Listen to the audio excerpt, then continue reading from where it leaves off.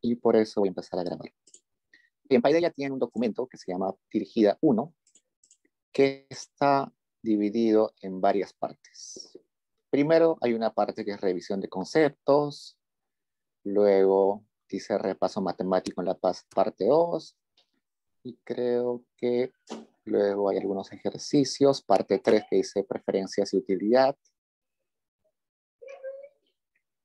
y creo que parte 4, conjunto factible y restricción presupuestal.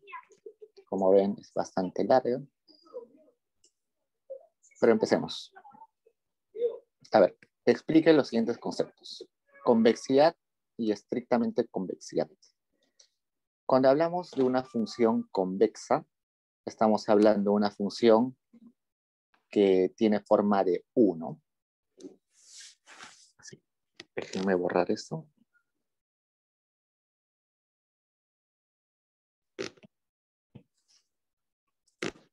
Cuando hablamos de una función que tiene esa forma, es una cóncava, que viene como cueva.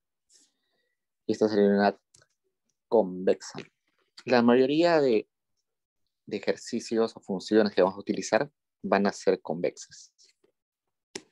Sobre todo en esta primera parte. Luego quizás van a ser cóncavas. Entonces hagamos esto. Vamos a graficar una función convexa.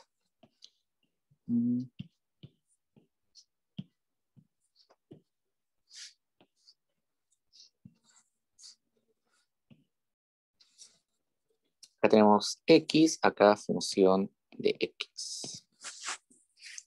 Una función convexa tendría esta forma. La teoría nos dice que si tomamos dos puntos, cualquiera, por ejemplo este x1, este x2, el de reflejo que tienen esas funciones sobre el otro eje sería acá función de x2 y este sería función de x1. Si en medio de estos dos números, x1 y x2, yo encuentro o agarro cualquier punto, por ejemplo, este x3, y hago una proyección acá, así, y veo dónde chocan sobre la función, voy a tomar ese punto ahí, y luego puedo hacer una combinación de esos dos puntos, ¿no? Hago acá una línea, y esa línea roja con esa proyección de x3 estaría acá. Entonces, la clave está en comparar este punto rojo con este punto azul. Veamos. Este punto x3 que puse acá, puedo decir que es una combinación del x1 y del x2. Si yo pongo un alfa que está que pertenece a 0, entre 0 y 1,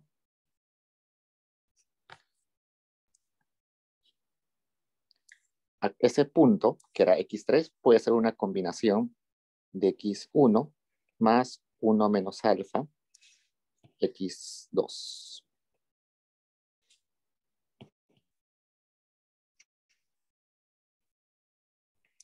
Es decir, si esto es 1 y esto es 5, cualquier número que esté en medio, por ejemplo 4, es ese punto. Es una combinación de x1 y x2.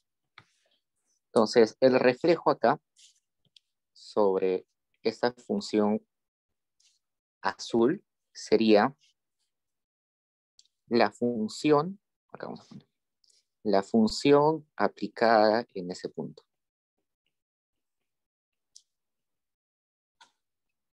¿No? Pero este punto rojo que saca sería la combinación de funciones. Sería así. Este punto de acá que voy a llamar A sería alfa multiplicado por la función en x1 más 1 menos alfa multiplicado por la función en x2. Entonces, ese punto A va a ser mayor al punto que llamamos B.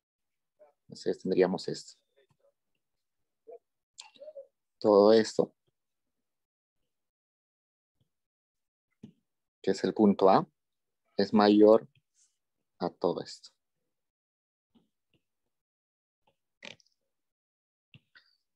Si se cumple eso, estaríamos hablando de una función estrictamente convexa.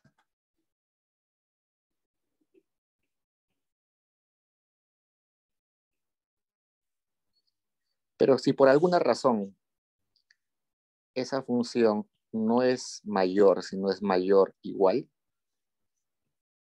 diremos que es solamente convexa. Esa es la única diferencia entre convexa y estrictamente convexa.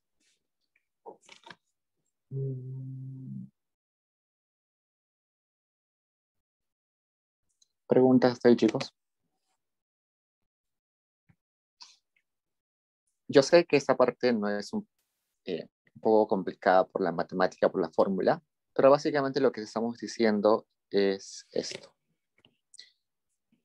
Vamos a poner un ejemplo económico. Si yo tengo acá panes y acá tengo, no sé, tazas de cafés y tengo esa función, que la función tenga esa forma convexa, me está diciendo que yo prefiero combinar, que yo prefiero consumir combinaciones de cafés y pan y no prefiero consumir solamente panes o solamente cafés. Es decir, si yo tengo mi ingreso de 100 soles, yo prefiero destinar parte de los 100 soles en café y parte de los 100 soles en panes. No sería eficiente consumir los 100 soles solamente en panes o los 100 soles solamente en cafés. Entonces, eso es la intuición de por qué la mayoría de funciones en esta parte van a tener esa forma con pendiente negativa, usualmente con pendiente negativa y convexas. Ya, pasamos a la B. Axiomas de las preferencias. En clase han visto los axiomas de las preferencias. Los axiomas de las preferencias en algunos libros aparecen como los supuestos de las preferencias racionales. Esos son supuestos que vamos a tomar como ciertos para que califiquemos a un consumidor como totalmente racional. Dependiendo de qué libro utilicen, la cantidad de axiomas varía. En algunos libros son 3, algunos 4, algunos 5, inclusive hasta 6. Varían no porque un autor esté mal y otro autor esté bien, sino varían por la interpretación o por el concepto que le asignan a cada una de los axiomas. Por ejemplo, hay en algunos libros que aparece que un axioma es completitud y el otro axioma que es continuidad de la función. Solamente continuidad. Entonces, en libros aparecen estos dos axiomas, aparte de otros más, como 6. Pero resulta que otros autores dicen de que la continuidad, o mejor dicho, que la completitud implica continuidad. Entonces hay autores que ya no ponen continuidad porque ya está implícitamente en completitud. Entonces, si revisan algún libro y aparece más o menos axiomas, no es que esté mal, sino simplemente que son diferentes formas de entender. Entonces, hagamos dos, que son quizás las más comunes en los libros, que es completitud y transitividad. La completitud me va a decir que una canasta siempre puede ser comparada con otra canasta. Una canasta, por definición, una canasta de consumo es una combinación de bienes. En el Perú tenemos, por ejemplo, la canasta de consumo del hogar, que está llena de productos, son un montón de productos en realidad, donde está todos los alimentos que consumimos, todos los productos de entretenimiento que compramos, toda la ropa que compramos. Son un montón de bienes. Por simplicidad, en este curso vamos a decir que las personas consumen 2 bienes, 3 bienes, pero máximos. La mayoría de ejemplos van a ser con 2 bienes. Por ejemplo, una canasta A que está compuesta por un bien X y un bien Y, ¿no? Otra canasta B que está compuesta también por X y por Y, pero en otras cantidades. Por ejemplo, ponemos X1, Y1, X2, Y2. Son diferentes cantidades. Entonces, si se cumple la completitud, quiere decir que yo puedo comparar una canasta con otra canasta siempre. A veces una canasta va a ser preferida a la otra. A veces va a ser al revés. Vamos así mejor. A B y A y B preferida a A. O a veces van a ser igual de preferidas o voy a ser indiferente entre consumir A y B. Entonces, en otros libros aparece con doble guiño. A veces con un guiño puedo utilizar cualquiera de las nomenclaturas. Entonces, si a mí me dan 2 canastas A y B, yo soy capaz, como un consumidor racional, de diferenciar cuál de ellas dos me da mayor utilidad, A o B, o quizás me da la misma utilidad. Otro supuesto, transitividad. Si yo tengo 3 canastas, por ejemplo, A, B y C, si A es preferida a B y B es preferida a C, por transitividad debo decir que A es preferida a C. Es decir, estamos guardando el orden de referencias. Eso va a decir que nuestra preferencia o nuestra elección es coherente. Gráficamente se ve de esta forma. Seguro han visto en algún libro ese grafiquito. Yo tengo un bien X y un bien Y. La curva de indiferencia, que es esta, me dice lo siguiente. Todos los puntos que están sobre esa curva de indiferencia son combinaciones de bienes X y Y que me dan la misma utilidad. Si yo agarro una canasta acá, A, mejor acá. Si yo agarro una canasta A que tiene cantidad del bien X, X1, y cantidad del bien Y2, Y1, perdón, y agarro otra canasta B que está sobre la misma curva de indiferencia, tiene otra cantidad de X y otra cantidad de Y, pero como están en la misma línea o en la misma curva, significa que me dan la misma utilidad o la misma satisfacción. Resulta que si yo agarro, que si hay una curva de indiferencia que pasa por acá, por ejemplo, acá sería una canasta C, digamos. Entonces, de la canasta, de la curva de indiferencia azul, yo puedo decir que soy indiferente entre A y B porque están en la misma curva de indiferencia, ¿no? Y de la canasta, la curva de indiferencia roja, yo puedo decir que A me es indiferente a C. Me dan la misma utilidad porque están en la misma curva de indiferencia. Entonces, esto implicaría de que también B me daría la misma utilidad que C. ¿No? Por orden, para que sea coherente la decisión debe cumplirse eso. Sin embargo, cuando voy al gráfico, resulta que en C tengo una cantidad X3 y tengo una cantidad Y3, que es la misma cantidad Y2. Es decir, mi canasta 3 tiene la misma cantidad de bienes de Y, pero tiene más cantidad de bienes de X. Y si nosotros somos racionales, resulta que si tengo más bienes si tengo más cantidad de un bien, debería darme más utilidad, ¿no? Entonces, esto implica que C debería ser preferido a B. ¿Por qué? Porque hay más cantidad de uno de los bienes. Entonces, acá hay una contradicción. Por un lado me dicen que B y C son indiferentes, pero por otro lado que C es preferido a B. Entonces, acá no se cumple transitividad. Entonces, cada vez que ustedes vean curvas de diferencia que se cortan, que se cruzan entre sí, vamos a decir que se viola el supuesto de transitividad. Y acá, como un supuesto o un axioma de las preferencias adicional que puede aparecer en algún libro, es la no saturación, que se deriva de lo que hemos visto de transitividad. No saturación también se le llama no saciedad, que en pocas palabras dice que las personas preferimos más a menos.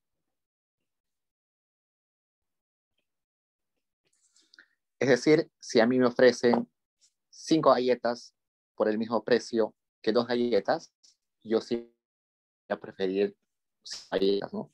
Siempre prefiero más a menos.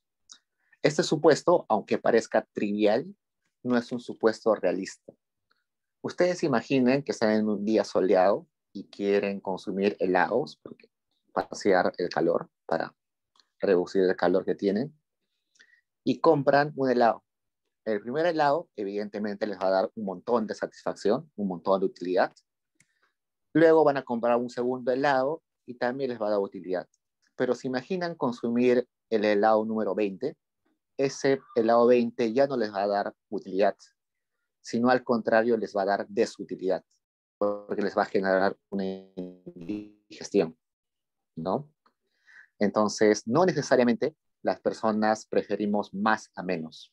Un bien puede convertirse en un mal a veces, como el ejemplo que les puse. Entonces, ese supuesto de no saturación, aunque parezca trivial y, y, y obvio, no necesariamente es así. Okay, entonces, creo que con esos tres podemos estar tranquilos. Son los tres más importantes. ¿Preguntas ahí, chicos? Seguro en clase han visto alguno más, pero esos tres son los principales.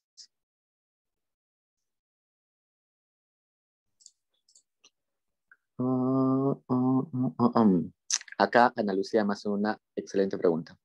¿Pero no se podrían regalar, guardar o vender los helados restantes? Excelente pregunta. Lo que sucede es que en teoría del consumidor y teoría del productor, siempre vamos a hablar de un solo periodo. Luego, ya cuando pasemos a temas más complejos, vamos a pasar a 2 periodos, 3 periodos, y seguro cuando lleguen a micro 2 van a hablar de infinitos periodos. ¿Qué quiere decir que solamente hablemos de un periodo?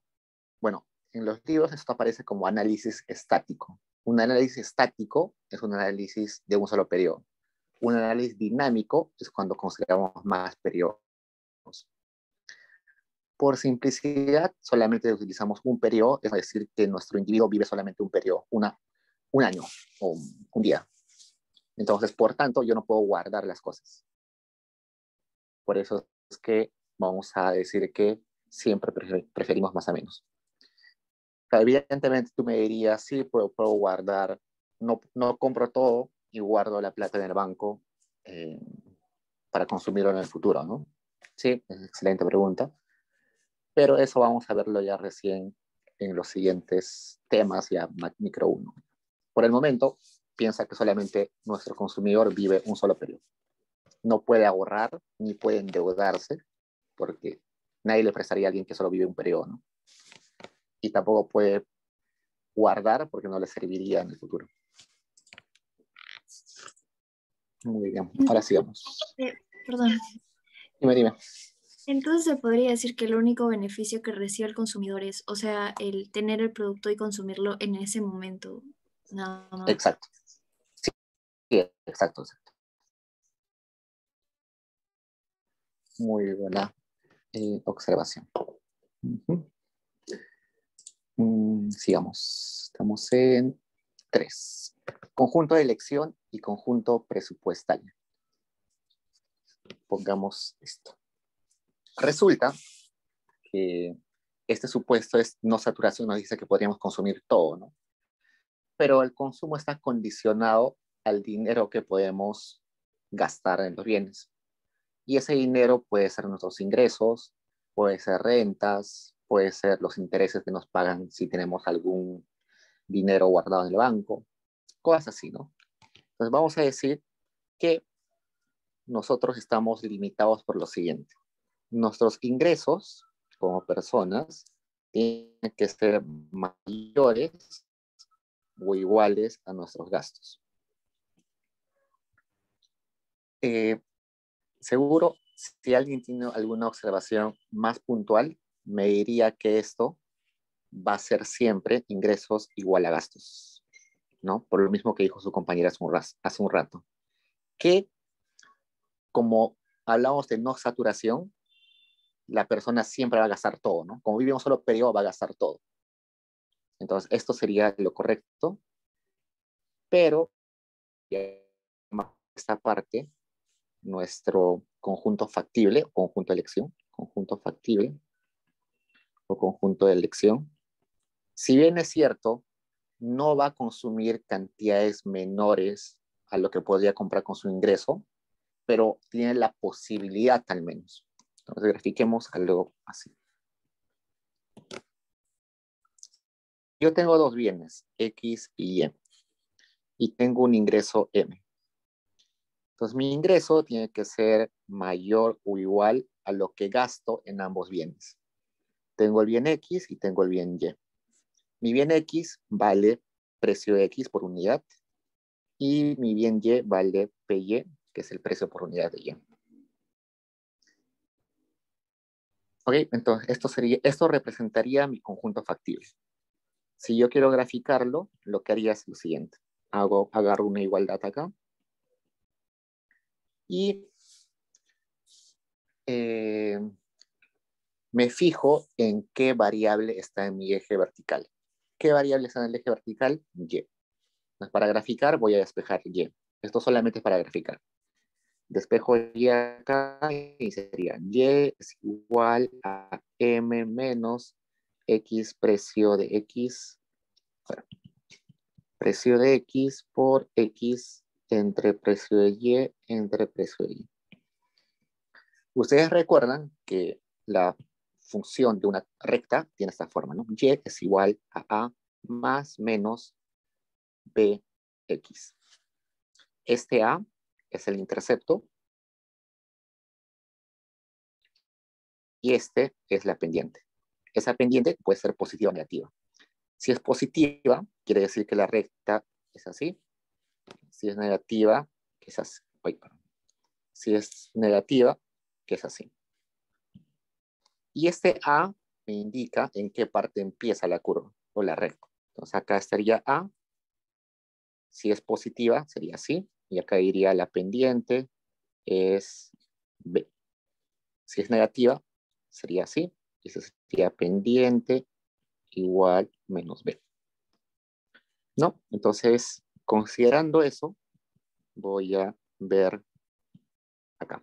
En esta parte, esto sería mi intercepto y esto sería pendiente. Entonces, me dice que tiene pendiente negativa, por tanto, va a tener esta forma.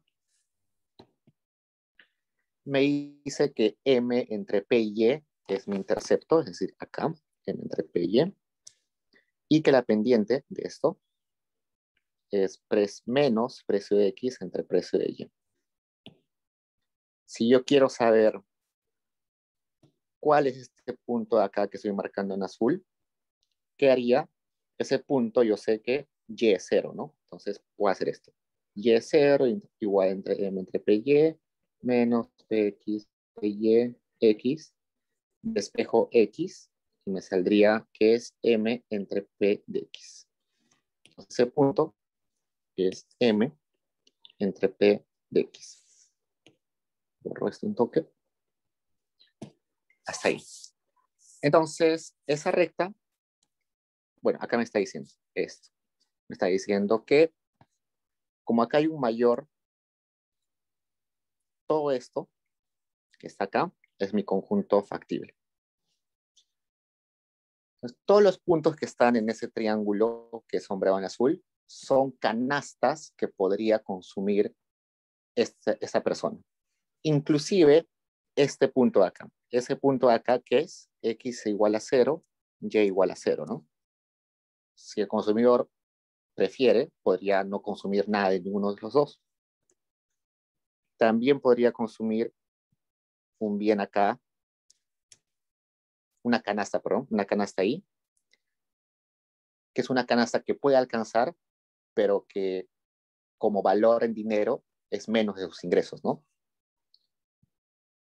Una canasta acá afuera es una canasta que no es alcanzable por nuestro consumidor. Evidentemente va a querer consumir esa cantidad porque tiene más, va a querer esa canasta porque tiene más de cada bien, pero sus ingresos no le alcanzan. Y los puntos que están sobre la recta son canastas, que es lo mismo decir combinaciones de bienes X y Y, que puede acceder exactamente con sus ingresos.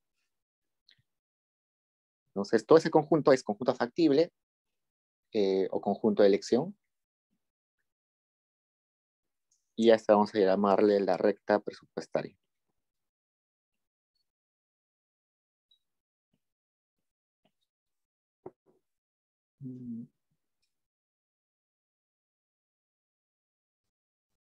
¿Qué más? Bueno, a veces yo le pongo M acá como ingresos, pero sé que en algunos libros aparece como I. No importa. M o I. Creo que en el solucionario está como I. Finalmente, ¿qué interpretación tienen estos puntos de corte acá y acá? Este punto de corte acá, que voy a decirle A, me está diciendo que nuestro consumidor de X consume 0 y de Y consume M entre P y Y.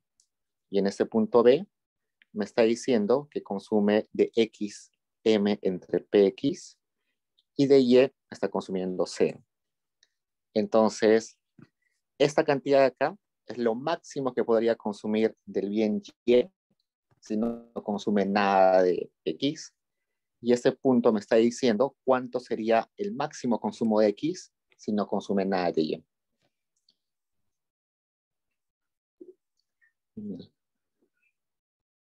¿Hasta ahí pregunta, chicos?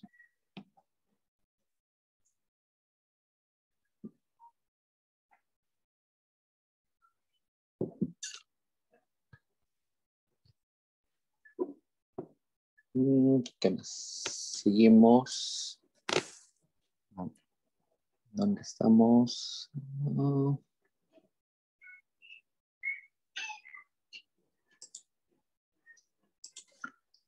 A ver, conjunto factible.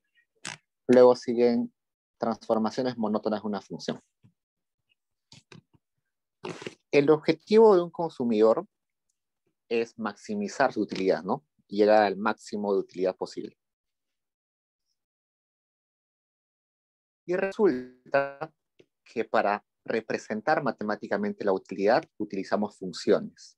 Por ejemplo, yo puedo decir que la utilidad de una persona depende de que consuma X y Y. Un bien X, un bien Y.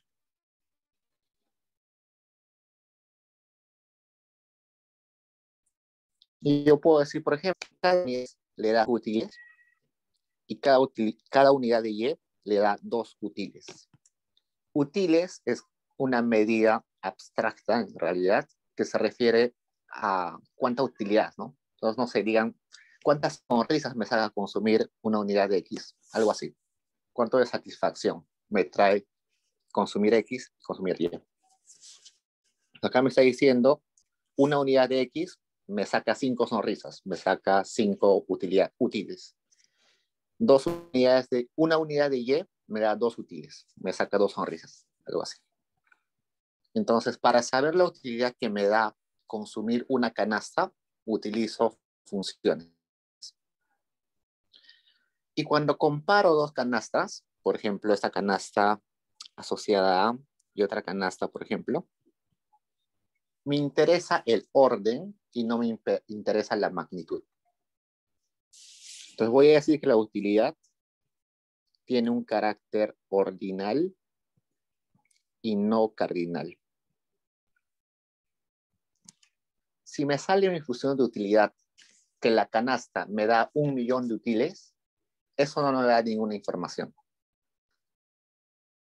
Lo que me da información es que me diga, esta canasta de acá me da más utilidad que la otra. Entonces, el número de esta función que me salga, digamos, 100, no me importa como número. Lo que me importa es que ese 100 en comparación a otra canasta sea mayor, menor o igual. Por eso es que me importa el orden ordinal y no me importa la magnitud, que es el cardinal. Entonces, considerando eso, la función que me da la utilidad, por ejemplo, así, voy a graficar una función de utilidad. Acá está X, acá está Y, acá hay una curva de diferencia, que es una curva de utilidad. Acá tengo A y acá tengo B.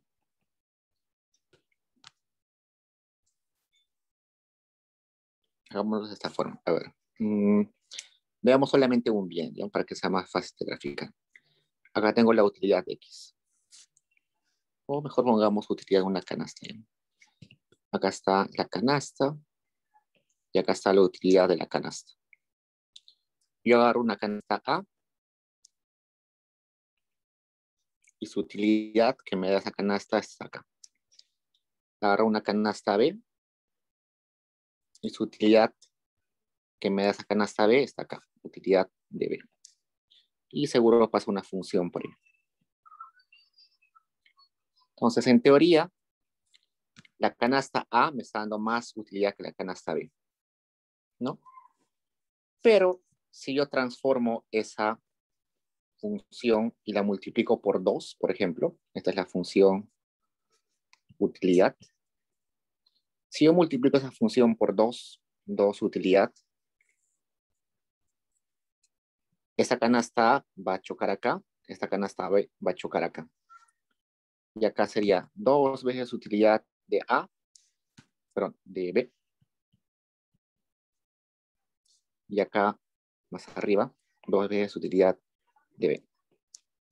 Entonces no importa, ¿no? He transformado la función, pero el orden sigue siendo el mismo. La canasta A siempre termina teniendo una utilidad mayor. Entonces no me importa en realidad cuál sea la forma de la función, sino que me diga cuán importante o en comparación de la otra es. Es pocas veces, cuando tenga funciones muy complicadas, puedo hacer transformaciones monótonas. Una transformación monótona es cambiar la forma de la función de modo que el orden no cambie. El ejemplo típico es el siguiente. Nosotros tenemos una función de utilidad de esta forma, que puede tener esta forma. X elevado al alfa más, no, perdón, multiplicado por Y elevado a la beta. Esa función parece un poco complicada porque tiene exponente, pero si yo le aplico el logaritmo a ambos lados, logaritmo natural acá, y acá logaritmo natural, por propiedades del logaritmo, eso me sale de esta forma. El logaritmo de una multiplicación es la multiplicación de cada uno de los elementos, sería así. Más logaritmo, pero la suma de logaritmos sería. Y además, hay otra propiedad que dice que el logaritmo de una variable elevado a un exponente es simplemente bajar el exponente, alfa, logaritmo de x, más beta logaritmo de y.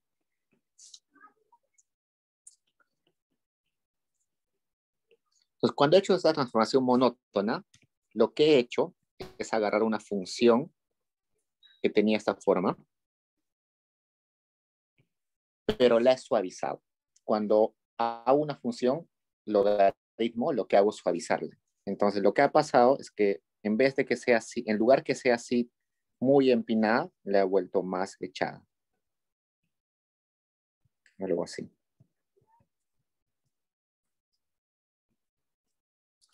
Pero sigue respetando el orden, ¿no? No es que una canasta que estaba arriba ahora termina abajo, ¿no? Respeta el orden. Pues eso se le llaman transformaciones monótonas. Un tipo de transformación monótona es el logaritmo. Otro tipo de transformación monótona es sumarle. Por ejemplo, si acá yo le sumo un 10, es una transformación monótona. Otra transformación monótona es multiplicar por 2, por ejemplo, o por cualquier constante. Todo tipo de transformaciones sirven, pero la que vamos a utilizar usualmente es esta de logaritmo. ¿Y por qué es interesante? Por lo siguiente. Estos exponentes que acá ven, alfa y beta, cuando están así en esta forma, que es x elevado a la alfa, y elevado a la beta, no tienen una interpretación clara.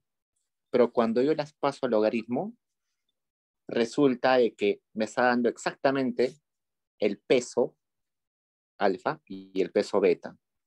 Esos pesos me están diciendo cuán importante es el bien X y el bien Y para un individuo.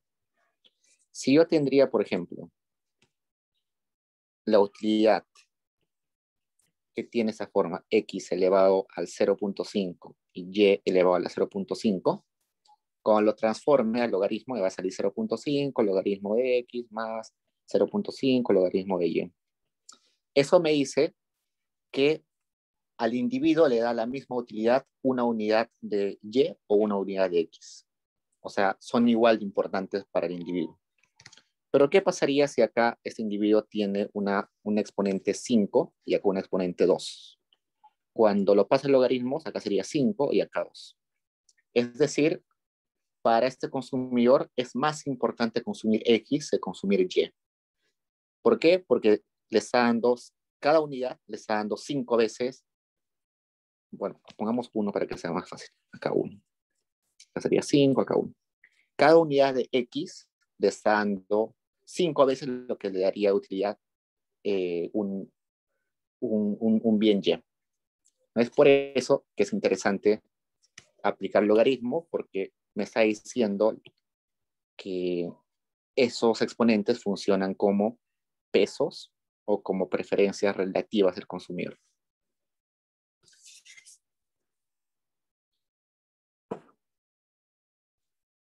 Hasta ahí pregunta, chicos.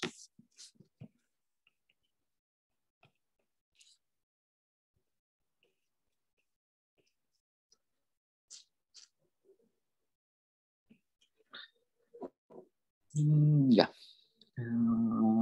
Sigamos. Ahora nos dice que veamos qué es homogeneidad de grado K. Ya. Digamos que hay una función que depende de dos insumos o dos variables, X y Y. Este ejemplo es más claro si utilizo teoría del productor. ¿Ya? Entonces, digamos que esta función es la forma de fabricar una cosa, es decir, la tecnología, y el X y el Y son insumos para fabricar cierta cosa. Para cualquier ejemplo de producción. Ya, yo quiero fabricar panes. Para fabricar panes necesito insumos, harina, por ejemplo, y también necesito mano de obra. Supongamos que es lo único que necesito para fabricar panes, harina y mano de obra, nada más. Entonces, digamos que es una función cualquiera. Si fuera así, por ejemplo, 5x más 2y, me diría que si yo tengo una unidad de X y una unidad de Y, yo podría fabricar 7 panes, ¿no? Si yo tengo una unidad de X, que es harina, y 2 unidades de mano de obra, yo podría fabricar 9 panes. Eso es lo que me dice esa función. ¿Ya? Hasta ahí, claro. No nos importa esa función. Cuando yo hago lo siguiente, función de alfa veces X y alfa veces Y, estoy diciendo que estoy aumentando mis insumos. Si ese alfa fuera 2, por ejemplo, yo estaría diciendo que estoy utilizando el doble de harina y el doble de mano de obra que utilizaba inicialmente. Entonces, esto es como aumentar los insumos. Pero en mi misma fábrica, ¿no? No estoy creando una nueva fábrica. Necesitamos aumentar los insumos, harina y mano de obra. Pero si yo hago lo siguiente, duplicar la función, eso me está diciendo que estoy duplicando mi planta de producción. Duplicar mi planta de producción. Acá en el primero era duplicar mis insumos. Entonces es distinto, ¿no? Duplicar mis insumos es distinto a duplicar mi planta de producción. Duplicar mis insumos es simplemente traer el doble de harina y el doble de mano de obra. Duplicar mi planta de producción es dos plantas idénticas que utilicen la misma cantidad de harina y de mano de obra, ¿no? Entonces, eso mismo se puede, este es el ejemplo con duplicar, ¿no? Pero puede ser con alfa. Alfa veces la función de x y y. Vamos a borrar esto porque ya lo sabemos.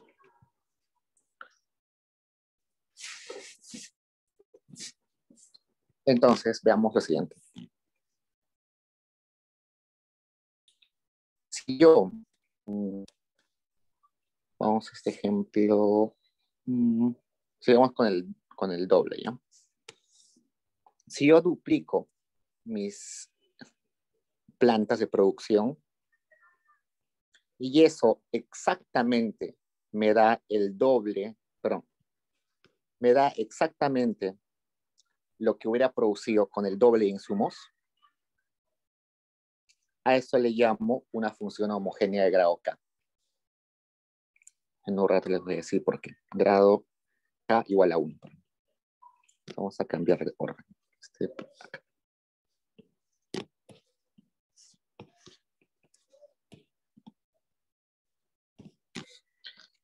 Si cuando yo duplico mis insumos, estoy produciendo menos del doble de 2 veces la planta, me está diciendo que tengo un grado menor a 1. Es K igual a 1. Y si es mayor a 2 veces la producción inicial, es un K mayor a 1. Entonces, ¿qué quiere decir esto? ¿Cuál de ustedes, cuál de esas funciones es la típica? La típica es esta, el primero. Luego, este segundo va a ser el más frecuente y este ya es un tipo que se va a aplicar ya en monopolios cuando vean ya temas más complicados. Y hay una cosa interesante acá. Si se dan cuenta, acá está 2, 2 y 2 elevado a la 1, ¿no? Yo podría escribir acá la siguiente que está acá, como si fuera igual a 2 veces un número menor a 1. Por ejemplo, un A, ese A es menor a 1. Y acá podría escribir como igual a ese 2 elevado a un B, donde ese B es mayor a 1.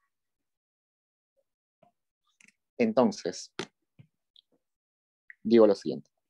Si esta función donde estoy aumentando los insumos o multiplicando los insumos por alfa, se puede escribir de esta forma, donde el alfa está elevado a un número K, yo voy a decir que esta función es homogénea de grado K. Pero lo que tengo que buscar es agarrar la función que me están dando, tratar de escribirla de esta forma y ver cuál es el exponente. Si el K es 5, diré que es de grado 5. Luego va a quedar más claro cuando lo apliquemos a teoría del productor, pero por el momento quédense con esta fórmula en la cabeza. Acá Jericó me dice, ¿esas transformaciones monótonas afectan en algo la pendiente de la utilidad antes de la transformación? No me queda tan claro si queda igual o no. Sí puede afectar la pendiente, por ejemplo, con el logaritmo sí afecta a la pendiente se vuelve más echada cuando aplicas logaritmo. Cuando multiplicas por una constante no afecta a la pendiente. Es decir, a veces afecta, a veces no afecta. Pero si es así pendiente positiva, lo puede volver más echada o más parada, pero nunca la va a volver negativa. Es decir, el signo no va a cambiar. Igual, si la pendiente es positiva, una transformación monótona puede cambiar a que sea más echada o más empinada, pero nunca la va a cambiar, nunca la va a transformar en una pendiente negativa. Entonces, sí, muy buena pregunta. Sí puede cambiar la pendiente, pero nunca va a cambiar el signo de la pendiente. Veamos. Repaso matemático. Derive las siguientes funciones. Tenemos 3, 4, 5 funciones. Bueno, la primera es una propiedad, ¿no? Hagámoslo rápido para que quede claro. Si tenemos una función que es en realidad la suma de dos funciones, la derivada de esa función simplemente va a ser la suma de derivadas.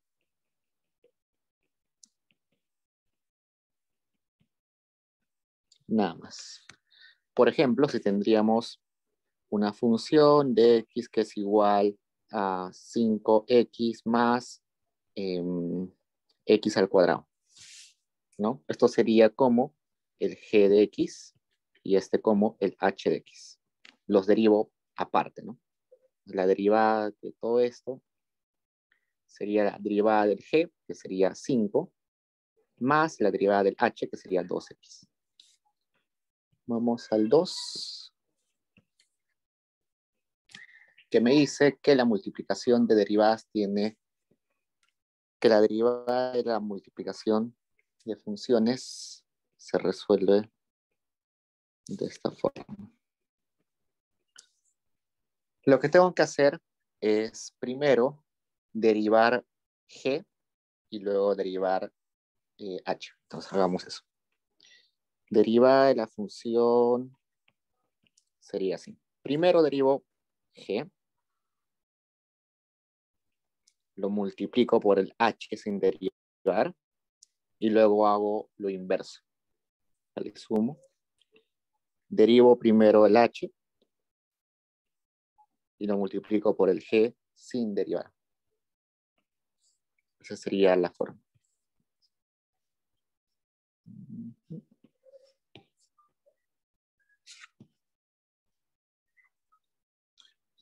¿Algún ejemplo? A ver, veamos.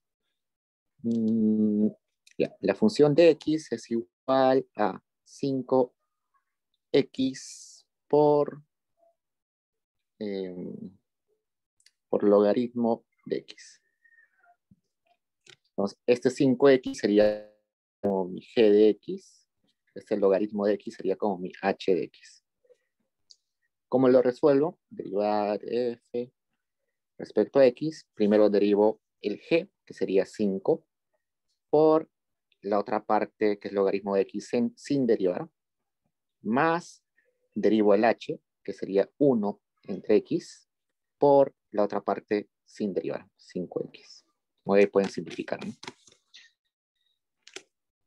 3. Ahora me toca hacer la división, ¿no? Tengo una función que es la división de otras dos funciones, y para derivar ello, lo que hago es muy parecido al anterior, pero con un paso adicional. Primero derivo g, lo multiplico por el h sin derivar. En lugar de ponerle suma, ahora le pongo resta. Derivo ahora el h, lo multiplico por el g sin derivar.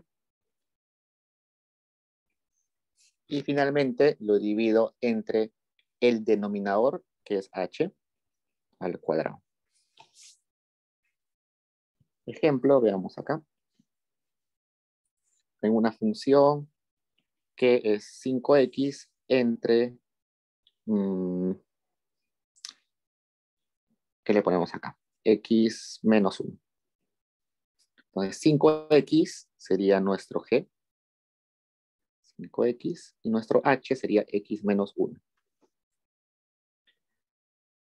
Si yo quiero derivar respecto a x, sería primero derivo g, que es 5x, sería 5 nomás, por h sin derivar, que sería x menos 1, menos la derivada de h, que es x menos 1, su derivada sería solamente 1, por g sin derivar, que sería 5x, entre h al cuadrado. H es x menos 1 al cuadrado.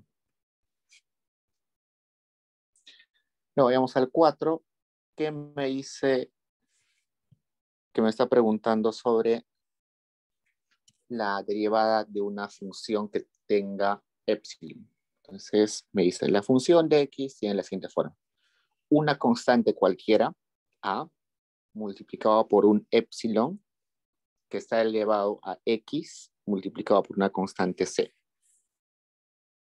La derivada respecto a x de esa función sería la constante que sale, porque no tiene nada que ver con el x, multiplicado por la derivada del epsilon elevado a la c por x.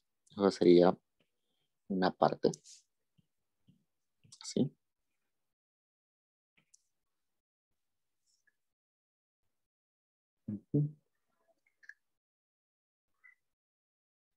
Y finalmente, eso sería igual a multiplicado por, bueno, acá es x. Cuando tengo derivada de epsilon, vamos a ponerle otro color para que quede. Esto es como una operación aparte. Derivada de x. Cuando tengo un epsilon elevado al x, lo que hago es bajo su denominador, pero bajo la constante que multiplica, que sería c, y lo multiplico por la misma. Así. Entonces, simplemente lo que hago es bajar el denominador. Ejemplo, si tengo una función de x que es igual a 5 epsilon a la menos x, ¿cuál sería la derivada? Derivada de la función x respecto a x. A ver, identifico. La constante a es igual a 5 y el c, que es el escalar que está multiplicando al x, es menos 1, ¿no? Entonces sería 5 por menos 1 por epsilon a la menos 1 por x. Sería menos 5 epsilon a la menos x. Finalmente, el 5. Me está hablando sobre la derivada de un logaritmo.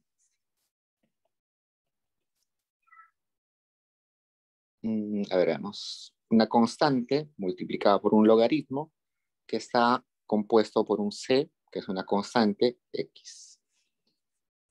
Lo puedo hacer por partes. Lo primero que puedo hacer, derivada de la función, es sacar a la constante. Como la constante no tiene nada que ver con el x, saco la constante y derivo el resto.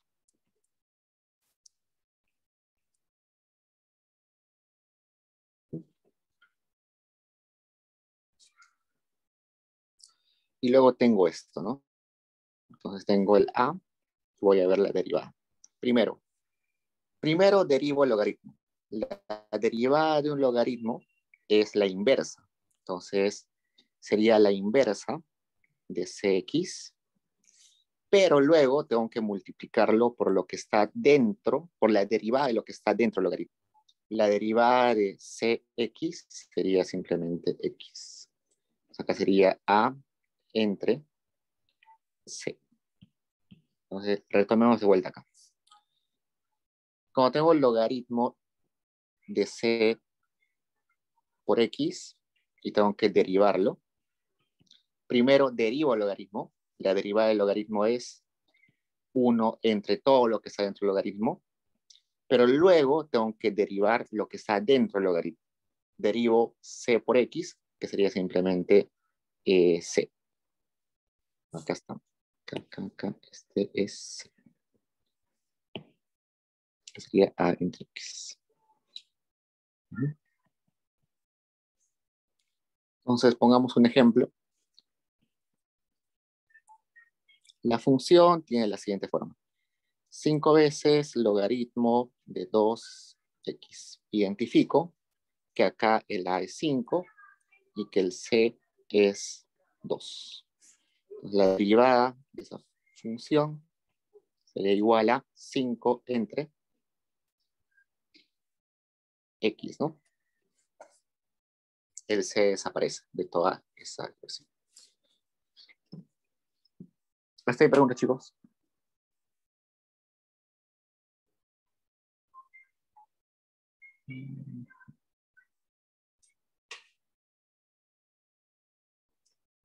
Entonces, con esas reglas que tenemos ahora, tranquilamente pueden hacer todos los ejercicios que están en la parte, en la pregunta 2, ¿no? Aplicando las reglas de derivación previas, derive las siguientes funciones.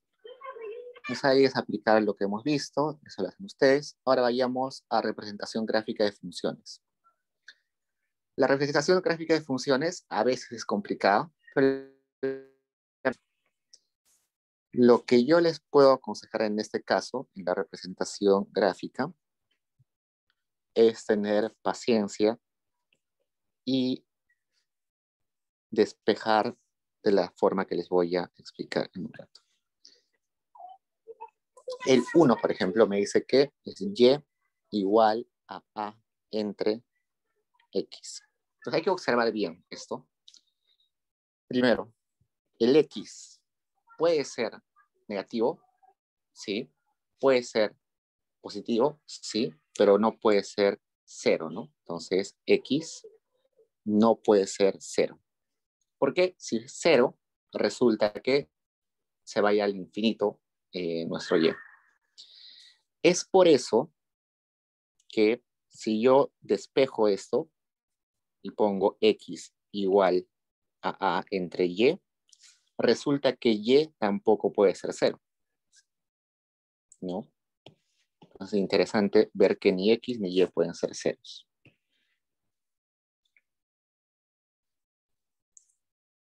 Siempre pongan en sus ejes cuál es el x y cuál es el y. ¿Okay? Yo pongo acá x y acá pongo y. Pero a veces, para confundirlos, los ponen al revés, ¿no? Entonces, si me ponen, por ejemplo, acá, este es x y este es y, que puede suceder, no debería graficar esto, sino debería despejar, ¿no? X. Siempre, solo, a este lado, tiene que estar el que esté en el eje vertical.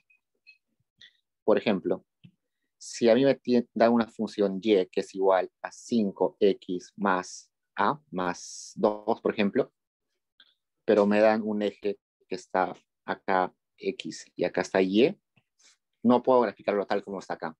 Debería despejarlo. Sería 5x igual a y menos 2, x igual a y entre 5 menos 2 quintos. Ahí recién podría graficarlo. Siempre hay que fijarse en qué eje está la variable que está solita en su función. Ok, entonces, ¿qué me dice esta función? Este a es una constante, cualquier constante, que mientras lo voy elevando a un número mayor, se va achicando el y, ¿no? Si ese x es mayor, el y cae. Entonces, si el... acá al revés. X. Si el x es chiquito, el a va a ser grande. Y mientras va bajando, mientras va aumentando el x, el y se va a ir disminuyendo. Pero como el x no puede ser 0, esta curva nunca va a chocar al eje vertical ni al eje horizontal. Siempre se va a acercar, pero nunca va a chocar.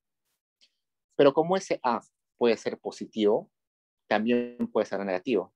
Entonces puedo agarrar un número acá que es menos 100, por ejemplo, y que mientras va aumentando el X, se va volviendo cada vez más cercano al eje, ¿no? Algo así. Esa función está partida en dos. La siguiente función me dice que y es igual a x elevado al alfa.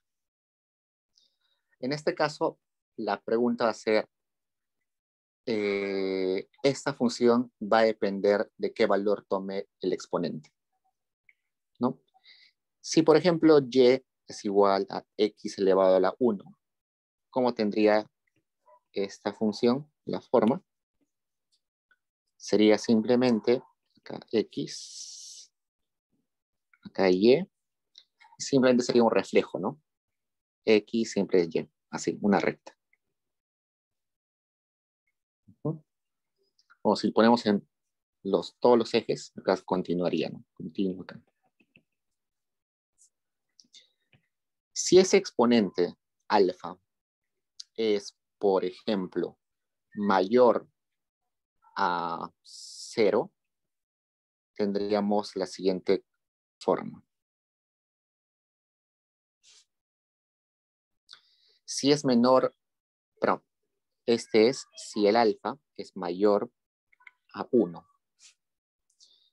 Este azul es si el alfa es igual a 1. Y este alfa, ¿vale?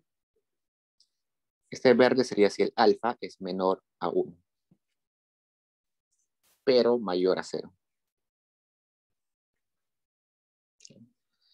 Mientras ese alfa sea más grande, si por ejemplo es 100, esto se va a volver más empinado. Si es 200, mucho más empinado. Igual, si es 0.00005, se va a volver más echado, más curvo hacia esa parte. Pero, ¿qué pasa si es menor a 0? Si es menor a 0, va a tener la siguiente forma. Espérenme un segundo.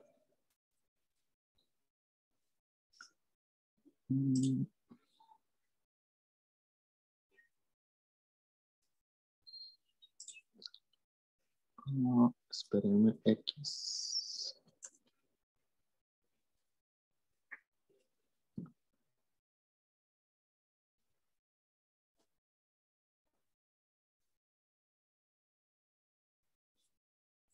Si es menor a 1, bueno, déjame graficar.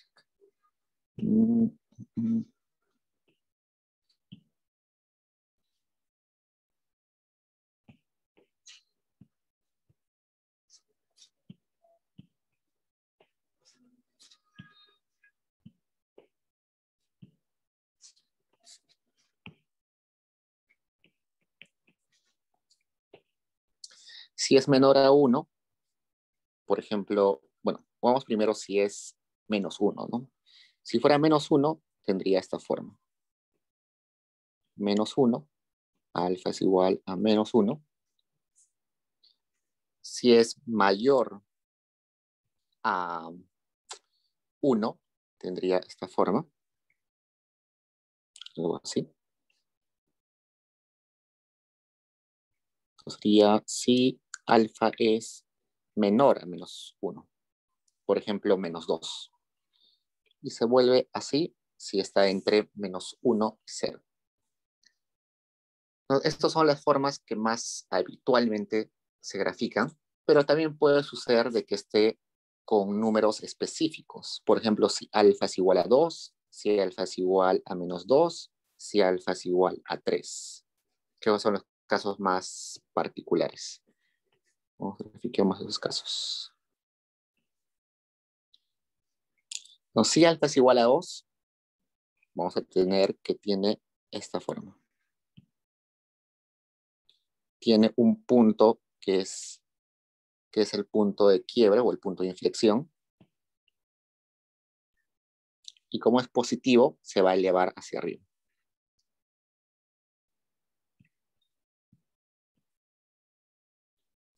Si es menos 2, va a tener un punto de inflexión acá.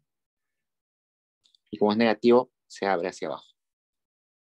Y si es alfa igual a 3, va a tener esta forma.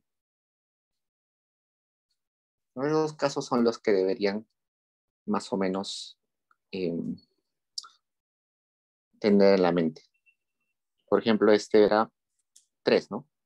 Acá era, ese caso era este, ¿no? Entonces debería continuar acá. Así. Ok, luego el 3, ya lo vimos que pendiente negativa y es igual a 1. El 4 nos está dando una forma media extraña. Cuando tengan funciones extrañas así, y sea imposible graficar, evidentemente van a tener que utilizar algún programa estadístico. Yo les recomiendo este que es Wolfram Alpha, cuando ya sea muy complicado y no puedan graficarlo.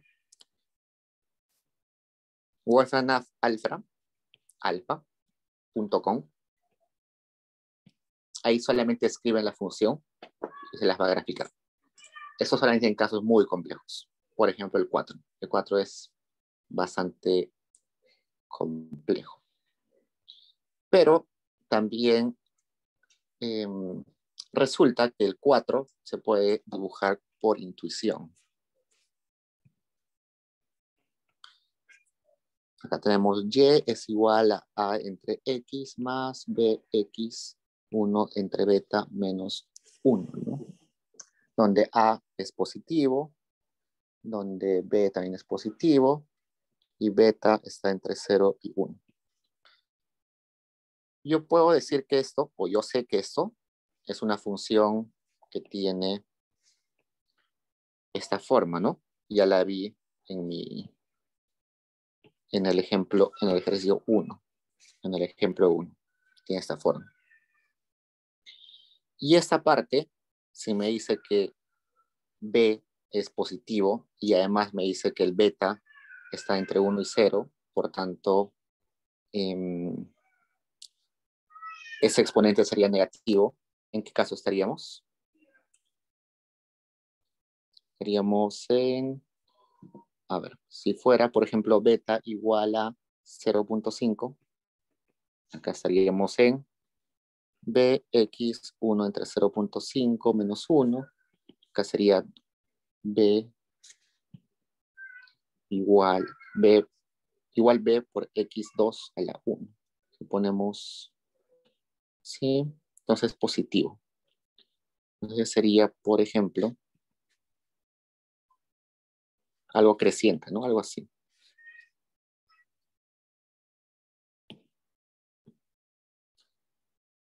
Entonces lo único que tengo que hacer ahí es sumar, ¿no? Sumar funciones. Entonces si superpongo uno sobre el otro, por ejemplo, si sumo esos dos, me va a decir, cuando yo tenía el valor 0, 0, en ambos casos, acá era 0 y acá era infinito, ¿no? Entonces, por lo tanto, también es casi infinito. Cuando yo llegaba a un término por acá, mi primera función era cercana a 0, pero cuando yo estaba acá era bastante grande. Entonces resulta que también va a ser así, ¿no? Así. Es simplemente suma de funciones. ¿Hasta ahí preguntas, chicos?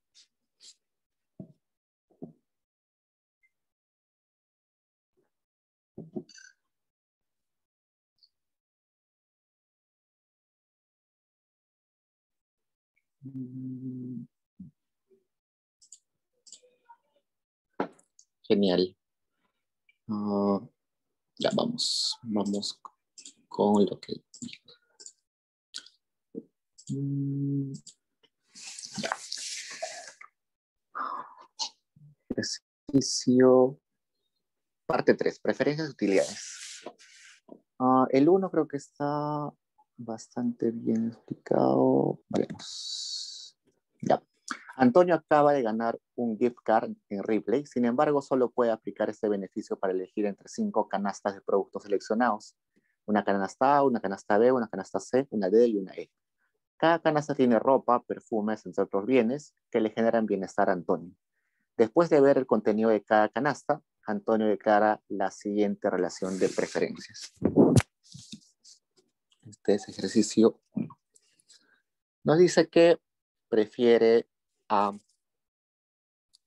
E, que le es indiferente, B a E, que prefiere D a E, que prefiere A C, que prefiere D a C. Pregunta, si no asume el supuesto de transitividad, ¿es posible afirmar que las preferencias de Antonio son completas? Explique. Entonces, el supuesto de completas me dice que yo puedo comparar cualquier canasta con las demás. Entonces agarro A, B, C, D, E. A, B, C, D, E. ¿No? ¿Puedo comparar A con A? Sí, ¿no? Es lo mismo, es indiferente. ¿Puedo comparar A con B? Bueno, veo A con B, sí puedo compararlas porque acá puedo poner que este es B. Entonces sé que A es preferida a B. Entonces sí puedo. ¿Puedo A con C? Veo A con C hasta acá. Sí puedo. Puedo. A con D puedo. A con D. Sí, ¿no? Acá puedo poner con este, que estoy marcando con un aspa, y este puedo inferir que prefiero D a A.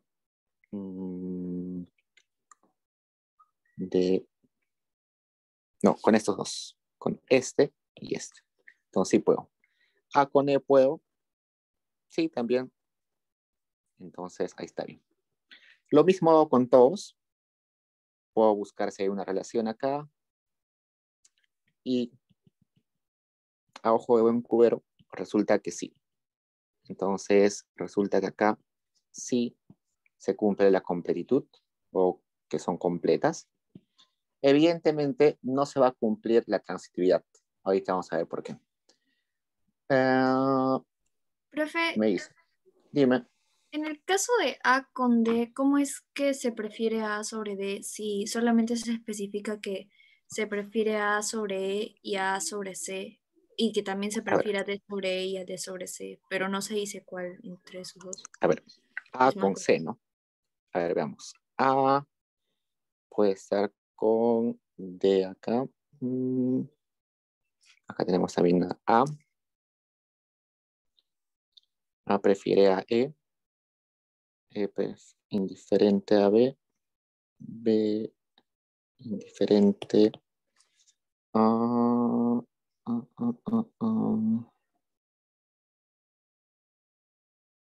Tienes razón. De estos dos no puedo inferir cuál es preferida. A ver. De este tampoco.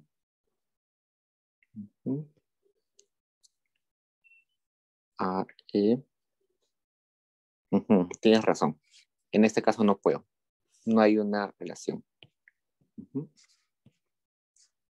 Entonces no son completas. Entonces, si no son completas, tampoco podría ordenarlas, ¿no? Por el mismo hecho de que A sé que se preferiría C y también sé que D es preferida C, pero no sé si A es preferida D o D es preferida a A, ¿no? Entonces no sé cuál está primero, A o D. Puede ser cualquiera, no me dice la información. Entonces, la segunda pregunta, ordena las canastas de mayor a menor de acuerdo con el bienestar que le reportan. No se puede, ¿no? No se puede porque no hay información suficiente. Cuando no hay información suficiente, no son completas. Gracias por la observación. Igual, chicos, cuando me equivoque, no duden en decirme. Es peor quedarnos con la duda. Ejercicio 2. Las preferencias de tres agentes sobre los bienes X y Y pueden ser representadas usando las siguientes funciones de utilidad. Agente 1 tiene la utilidad que depende de X y Y, que es igual a mínimo de X, Y. La utilidad del agente 2 depende de X y Y, que es X elevado a la alfa, Y elevado a la beta. Y del agente 3 también depende de X y Y, pero de esta forma. Grafique algunas curvas de indiferencia y evalúe el cumplimiento de los axiomas de racionalidad, continuidad, monotonicidad y convexidad. En el caso de los últimos dos axiomas, evalúe si el axioma se cumple en su versión fuerte o en su versión débil. Entonces, cuando yo tengo una función así, mínimo de X y Y, me está diciendo que la utilidad me la da el mínimo. Por ejemplo, si acá me dicen que yo tengo de X 5 y de Y 2, mi cantidad de útiles va a ser 2. Si me dicen que yo tengo 2 unidades de X y 5 unidades de Y, me va a decir que mi utilidad es 2.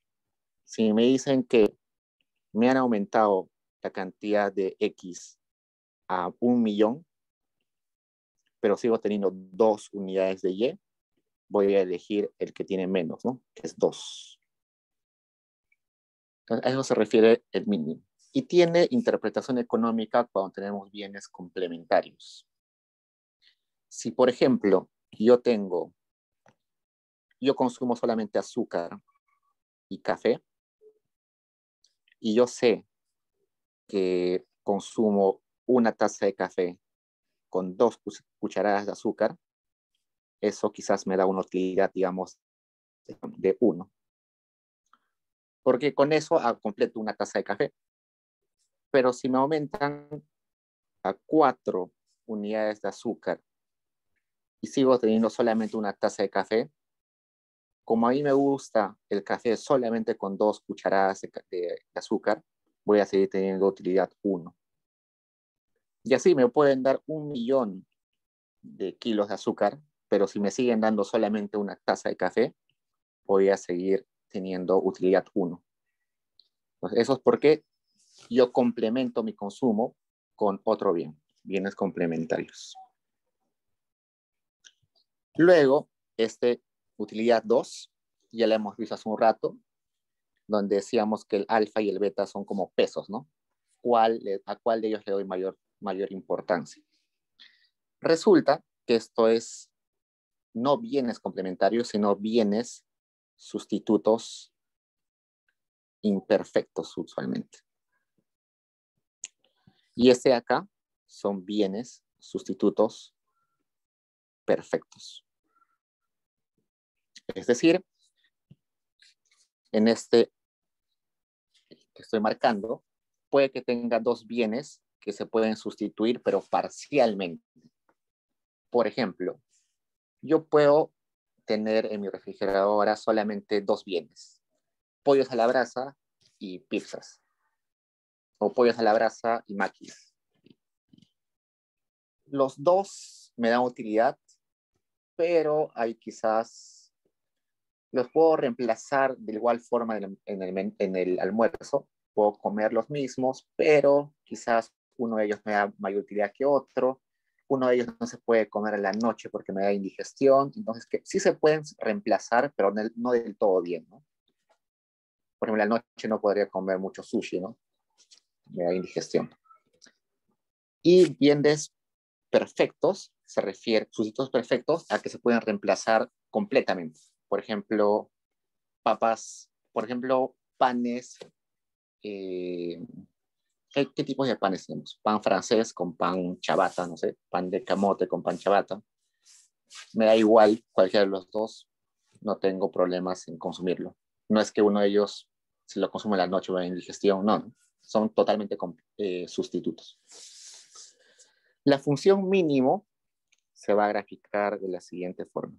Si yo tengo acá X y acá tengo Y, va a tener esa forma de L. ¿Por qué tiene esa forma? Por lo siguiente. Si, por ejemplo, aquí teníamos cafés y acá azúcar,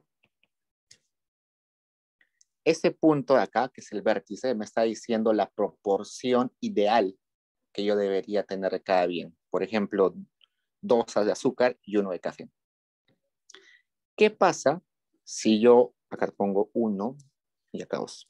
¿Qué pasa si a mí me dan 2 unidades, 4 unidades de azúcar, pero siguen dándome 1 unidad de cafés? Estaría en este punto, ¿no? Entonces, ese punto A con ese punto B siguen estando en la misma curva de indiferencia. Es decir, me está dando la misma utilidad.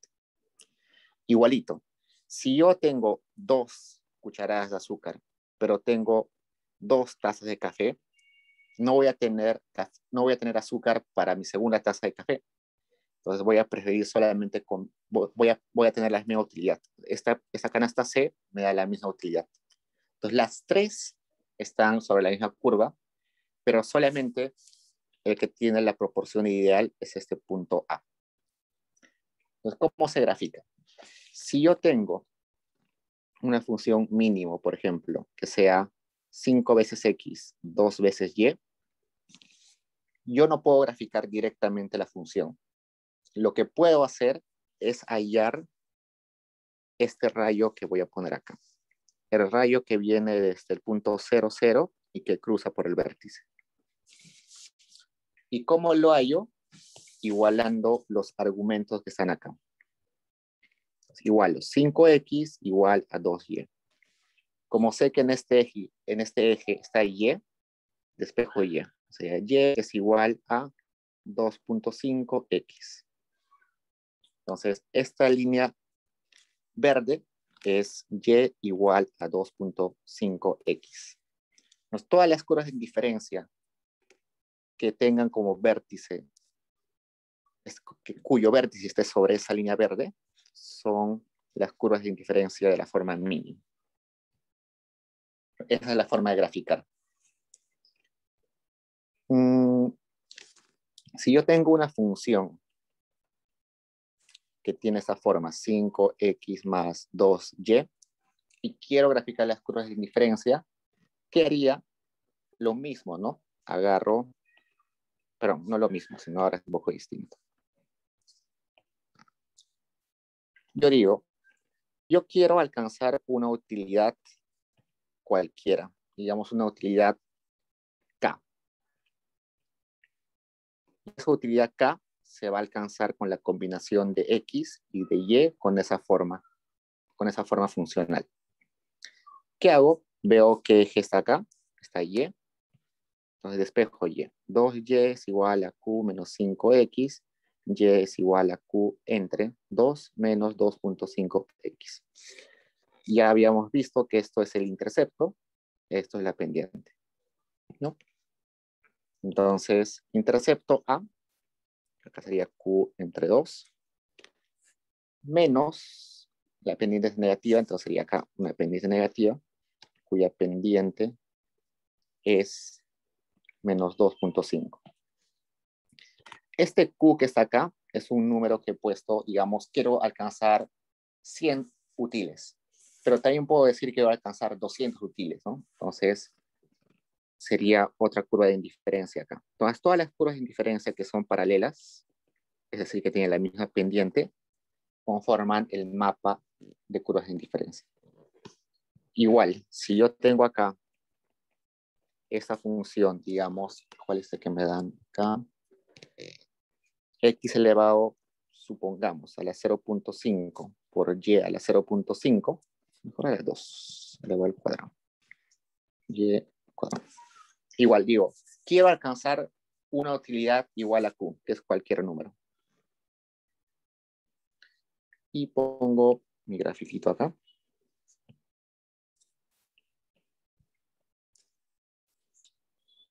Como sé que Y está en este eje vertical, despejo Y. Y al cuadrado es igual a Q entre X al cuadrado. Y es igual a Q, bueno, raíz de Q entre X.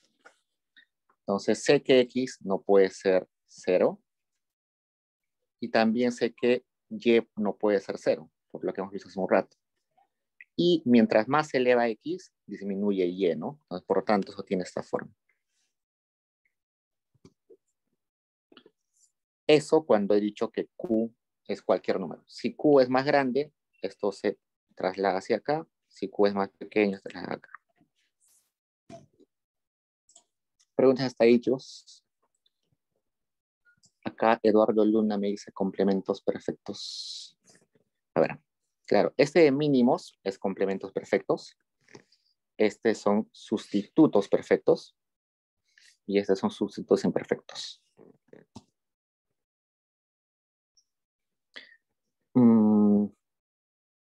¿Por qué se llaman? Bueno, para que tengas una noción más clara de eso, el que dije que eran sustitutos perfectos tiene esta forma, ¿no?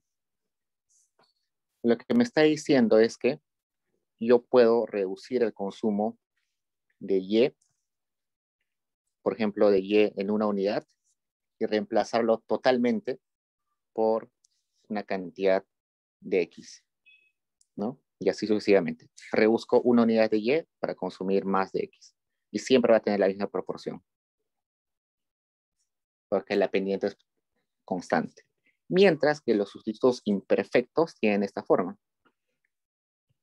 En este segmento, una unidad menos de Y tiene que ser compensada por un poquito de X. Pero si me voy acá, una unidad de X, de Y, perdón, tiene que ser compensada por un montón de X.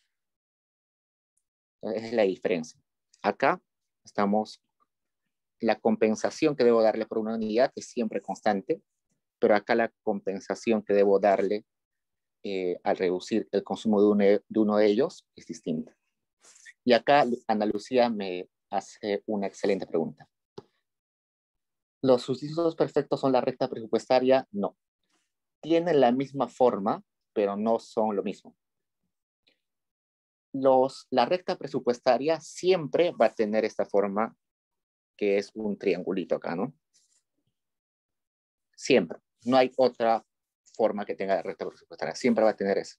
Quizás en algún ejemplo puede tener algún quiebre, como algo así.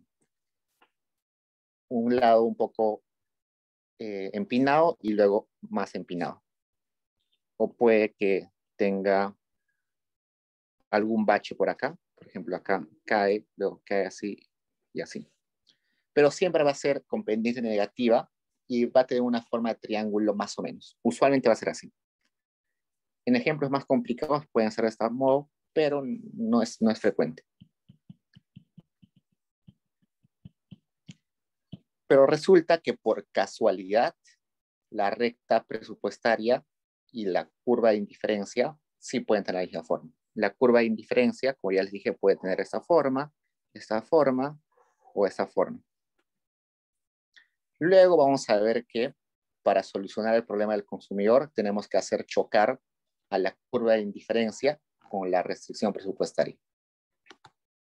¿Okay? Entonces, acá vamos a tener una restricción presupuestaria y vamos a tener que hacerla chocar con esta curva de indiferencia en un punto, o con esta curva de indiferencia, o con esta curva de indiferencia. Entonces, seguro, cuando hagamos chocar con este, va a ser fácil, ¿no? Choca en un punto. Cuando hagamos chocar con este, va a chocar en un punto. Pero cuando hagamos chocar con este, se vuelve un poquito complicado, ¿no? Porque puede chocar en un solo punto como acá. Está chocando acá. Pero si la pendiente fuera más empinada de nuestra curva de indiferencia, va a chocar en otro punto.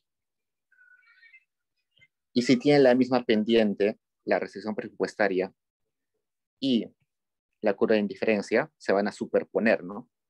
Entonces, sucede a veces que se van a superponer. Y si se superpone, vamos a decir que hay soluciones infinitas. Pero eso ya es tema de las siguientes sesiones. Pero muy buena pregunta. Tiene la misma forma, pero no son lo mismo.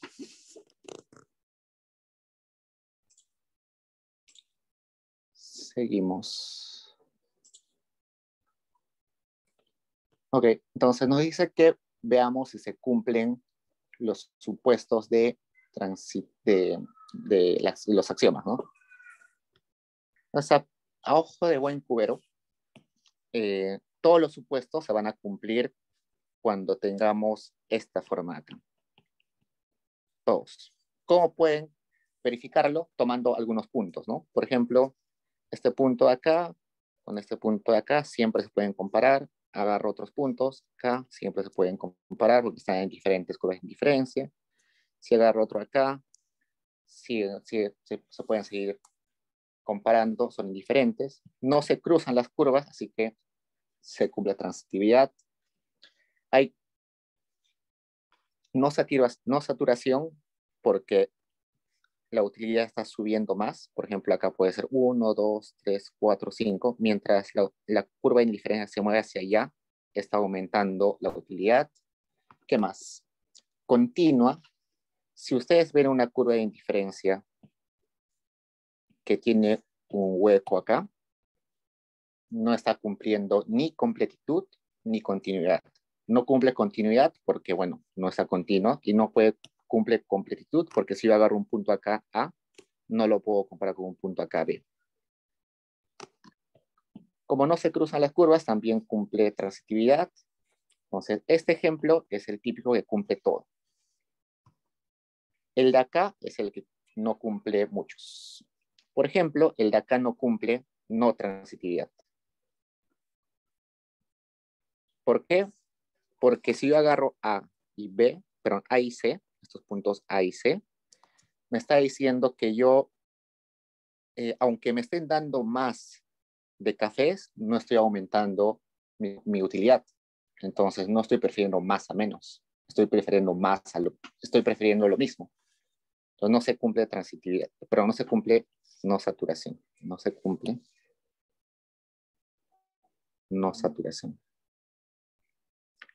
Sí se cumple transitividad porque no se están cruzando las curvas. Se cumple completitud. Si agarro cualquier curva, cualquier canasta acá con la C, se pueden comparar. Entonces, veamos acá. Esta también cumple todas. La que no cumple sería la convexidad. Una curva es convexa, dijimos hace un rato, cuando tiene esta forma, ¿no? Pendiente negativa y que va cambiando poco a poco. Esta, evidentemente, no cumple la convexidad. Puede cumplir la convexidad débil, porque esto sigue siendo convexa, pero esta es convexa estricta. Y este no es convexa. Bueno, aunque se le puede decir que es convexa débilmente. Convexa débilmente. ¿Por qué convexa débilmente? Porque si yo agarro dos puntos acá y los junto, sigue cumpliéndose lo que había hecho al inicio, ¿no? Esta función, esto.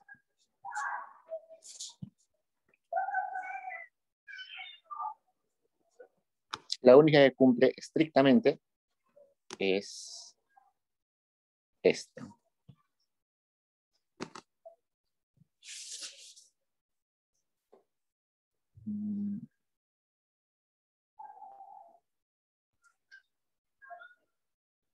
Okay. Entonces nos quedamos acá. Hay ejercicios que quiero resolverlos adicionalmente. Lo voy a hacer al inicio de la siguiente dirigida. Sobre todo quiero resolver el ejercicio que viene, que es el ejercicio 3. Con lo que hemos aprendido ahorita, se puede solucionar. Si tienen dudas, me escriben. La parte 4, ejercicio 1, también la pueden realizar con la teoría que hemos hecho ahorita. Pero la parte que viene luego 5, sí, todavía no hemos visto, así que eso creo que la siguiente voy a empezar por esa parte. Por la parte 5 y la dirigida 2. Igual, chicos, si hay algún tema que no toco, me escriben y lo resolvemos en la asesoría individual. Igual el solucionario está en Paideia, así que también pueden chequearlo. Si no está claro, me preguntan con confianza. ¿Preguntas, chicos, así?